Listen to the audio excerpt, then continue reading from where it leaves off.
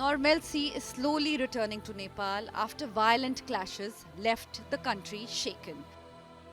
Streets that saw anger and arson are quieter today, but the underlying discontent with the political class remains unresolved.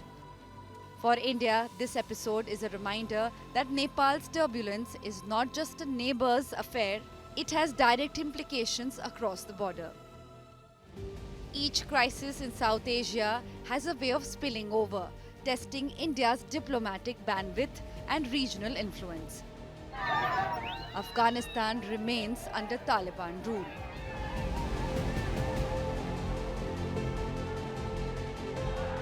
Sri Lanka is still nursing the wounds of its economic collapse.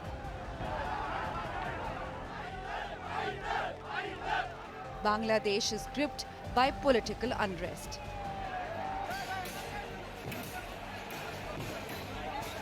And now, New Delhi now finds Kathmandu caught in freshly instability. But beyond the immediate unrest, there is a deeper political undercurrent taking shape.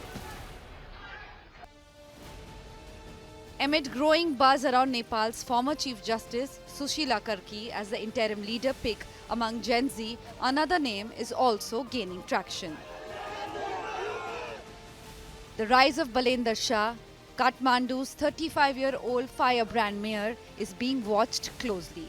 Shah, a rapper turned politician, has built his appeal on raw populism among Nepal's youth.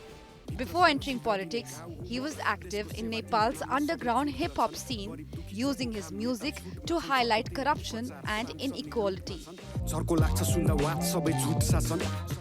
In June 2023, he drew national attention by banning the screening of Indian films in Kathmandu over a dialogue in the movie Adipurush.